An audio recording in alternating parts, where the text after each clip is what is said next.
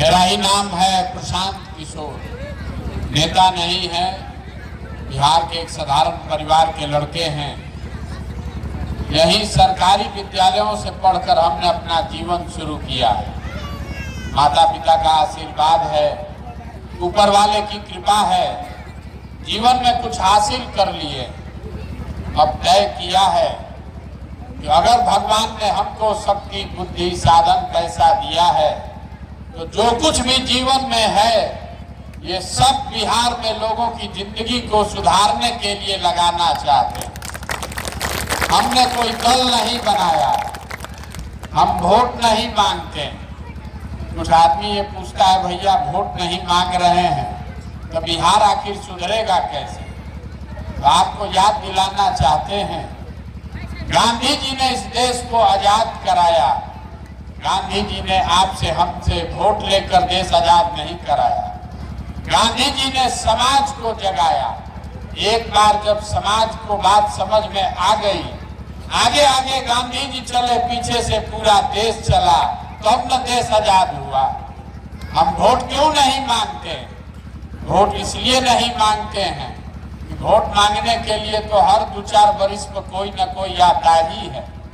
जो आता है वो यही कहता है हमको वोट दे दीजिए, हम आएंगे तो सब ठीक हो जाएगा। यही कहानी सुन सुन के आप पिछला 40-50 वर्ष से वोट दिए जा रहे हैं। पहले कांग्रेस को दिए, फिर लालू जी को जिताए, फिर नीतीश कुमार को राजा बनाए। दिल्ली में हमने मोदी जी को भी बैठा कर देख लिया। आपका और आपके बच्चों का जीवन नहीं बदला। तो अब अगर कोई प्रशांत किशोर आए हैं, हमारी बात सुनिएगा, हम पर भरोसा करके हमको वोट दे दीजिएगा।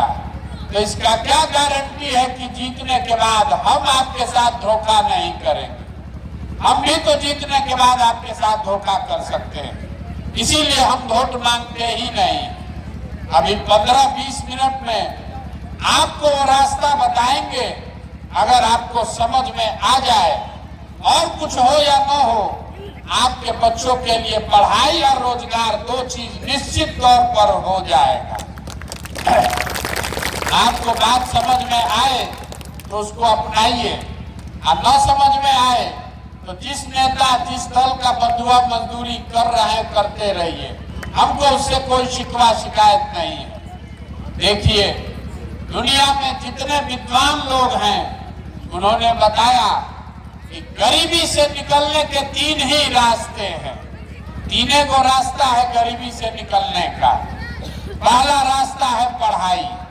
अगर आपका बाल बच्चा बढ़िया पढ़ लिख जाए, पढ़ लिख के नौकरी रोजगार पा जाए, तो आपकी गरीबी खत्म।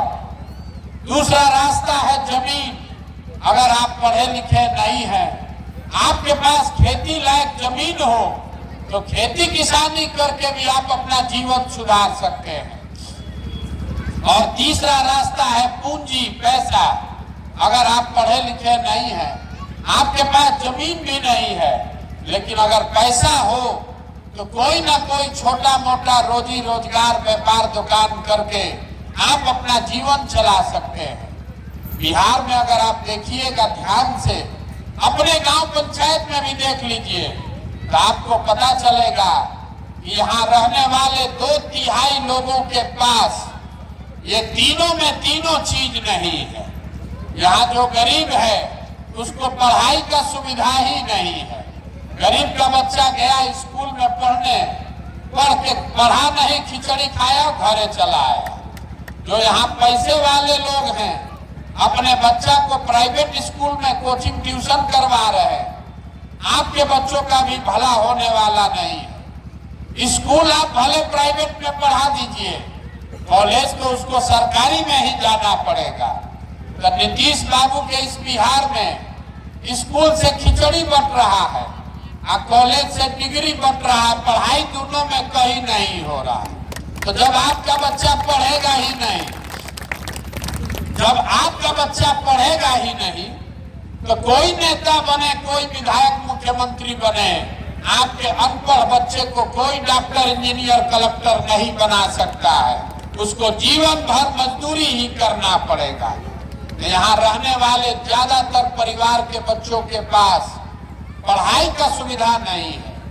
दूसरा रास्ता हमने आपको बताया जमीन का। खेती करके यहाँ आपका दशा काहे नहीं सुधरा?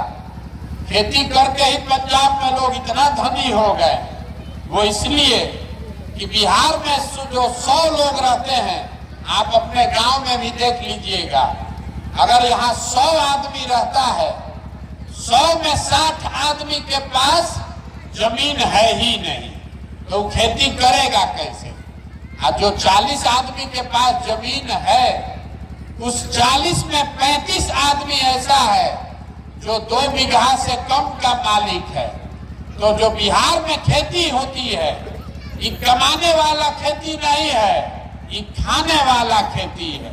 खेती करने वाला इतना ही कमा रहा है कि उसके बाल बच्चे का पेट भर जाए, धोती कुर्ता नून तेल का जुगाड़ हो जाए। अगर घर में बेटी का ब्याह लग जाए, कोई बीमार पड़ जाए, तो खेती करने वाले को 1-2 कट्ठा जमीन बेचे बगैर उपाय नहीं है। तो आपके पास पढ़ने का सुविधा है नहीं, खेती से कमाई का रास्ता है नहीं, तो एक रास्ता और बचा। अगर आपके पास पैसा होता, कोई कर्ज ही दे दे, तो कुछ नहीं करते, अपने यहाँ 4 को गाय भैंस पाल लेते। कोई किराना का, फार्चून का, कपड़ा, खाद, सीमेंट का दुकान व्यापार कर लेते। वो आप क्यों नहीं कर पाते हैं? वो इसलिए कि बिहार में जो 100 लोग रहते हैं, 100 में 80 आदमी, याद रखिए इसको,